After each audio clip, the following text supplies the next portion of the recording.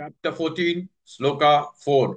Sarvayonishu Kaunteya, Sarvayonishu Kaunteya, Sarvayonishu Kaunteya, Murtaya Sambhavantiyaha, Murtaya Sambhavantiyaha, Murtaya Sambhavantiyaha, Sarvayonishu Kaunteya, Murtaya Sambhavantiyaha, Sarvayonishu Kaunteya, Murtaya Sambhavantiyaha, Sarvayonishu Kaunteya, Murtaya Sambhavantiyaha, Sarvayonishu Kaunteya, Murtaya Sambhavantiyaha, Sarvayonishu Kaunteya, Murtaya Sambhavantiyaha, तामसां Brahma महद्योनिः तामसां Brahma महद्योनिः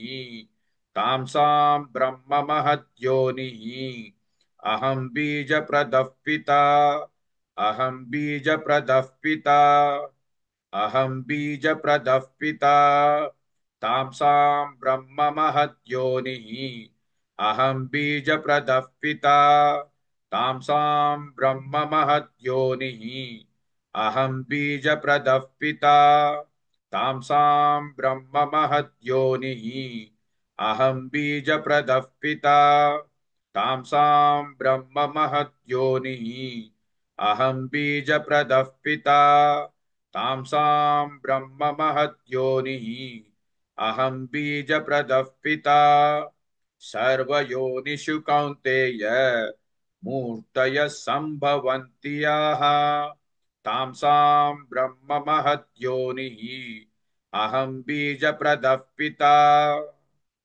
Please like and share this video because you could be instrumental in helping someone around the world recite the Srimad Bhagavad Gita, thereby helping them to have a life of unending opulence, victory and prosperity.